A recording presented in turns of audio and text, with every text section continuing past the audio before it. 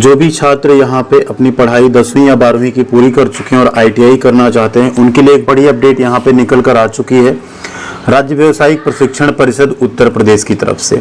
तो जो भी कैंडिडेट्स यहाँ यूपी में आईटीआई में एडमिशन लेना चाहते हैं, उनके लिए फाइनली यहाँ पे ऑनलाइन आवेदन करने की जो डेट है वो अनाउंस हो चुकी है और बहुत ही जल्द ऑफिशियल वेबसाइट पे फॉर्म भरने की जो लिंक है वो भी अपडेट कर दी जाएगी।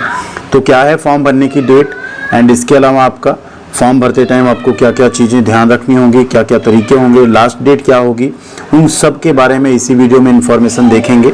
अगर आप लोग आईटीआई से जुड़ना चाहते हैं या जुड़े हुए हैं और चैनल पर नए हैं तो सब्सक्राइब करके बेल आइकन को दबा लीजिएगा, साथ में वीडियो को लाइक भी जरूर कीजिएगा और ऐसी सभी अपडेट तो यहाँ पे आप देख सकते हैं ये लेटर जो जारी हुआ है सभी डायरेक्टर्स को जारी किया गया 9 जुलाई 2024 को, जिसमें कहा गया है कि सभी जो प्रमुख समाचार पत्र हैं उनमें जो है 10 जुलाई 2024 से एडमिशन चलेंगे। तो 2x10 सेंटीमीटर के कॉलम में इस जो नोटिस है इसे पब्लिश किया जाना है। तो प्रेस विज्ञप्ति में अगर आप देखें तो क्या लिखा हुआ है यहाँ पे कि प्रदेश के सभी राजकीय, अब यहाँ पे गवर्नमेंट आईटीआई और प्राइवेट आईटीआई दोनों में जो एडमिशन होंगे, साथ में जो टाटा टेक्नोलॉजी लिमिटेड के सहयोग से 149 राजकीय संस्थान है उसमें भी 11 दीर्घकालीन व्यवसाय हैं, उसमें भी इस बार एडमिशन होगा अगस्त 2024 सेशन का। जो आपका ऑनलाइन एडमिशन 2024-25 का लिंक एक्टिव होगा उसमें आप गवर्नमेंट का अलग फॉर्म होगा, प्राइवेट का अलग होगा, गवर्नमेंट एंड प्राइवेट चूज करने का अलग ऑप्शन होगा। आप इन तीनों में फॉर्म भर सकते हैं। मोबाइल नंबर पे आपके ओटीपी आएगा, उसके बाद ही आप फॉर्म जो है फिल कर पाएंगे। फॉर्म भरने की अगर डेट की यहाँ बात करें तो फॉर्म भरने का जो डेट रखा गया है वो रखा गया है 10 जुलाई 2024 से 4 अगस्त 2024 तक।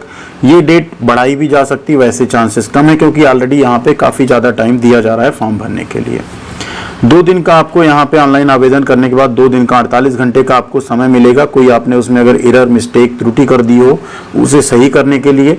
बाकी आप debit card, credit card, UPI के माध्यम से, नेट बैंकिंग के माध्यम से अपना पेमेंट कर पाएंगे। फॉर्म भरने की फीस की अगर बात करें तो अनरिजर्व कैटेगरी ओबीसी के लिए यहाँ पे 250 रुपये रहेगा। अनुसूचित जाति और अनुसूचित जनजाति यानी एससी और एसटी कैटेगरी के लिए यहाँ पे 150 रुपये जो है फॉर्म भरने की फीस रखी जाएगी। अब अगर बात करें यहाँ पे सिलेक्शन प्रोसेस की तो आप सबको पता है यूपी में आईटीआई में जो एडमिशन होता है वो होता है आपका मेरिट के बेसिस पे। अब मेरिट के बेसिस पे यहाँ पे 10th की मेरिट के बेसिस पे ऐसे ट्रेड में एडमिशन होगा जिसमें 10वीं योग्यता रखी जाती है। कुछ ट्रेड ऐसे हैं जैसे carpenter, welder, swing technology, plumber, painter, इसमें 8th के बेसिस पे मेरिट बनाई जाती है। तो इसमें आपको 8th की मार्कशीट एंड ये सब इंटर करना होगा अगर आपको उन ट्रेड से आईटीआई करना है उस केस में। तो आईटीआई के बहुत सारे ट्रेड हैं, आप उसमें अलग अलग कॉलेज चूज कर पाएंगे, अलग अलग ट्रेड चूज कर पाएंगे। कुछ चीज़ें आपको ध्यान रखनी होंगी। बाकी फॉर्म भरना जैसे स्टार्ट होगा आपको उसका वीडियो भी हम बना के दे देंगे।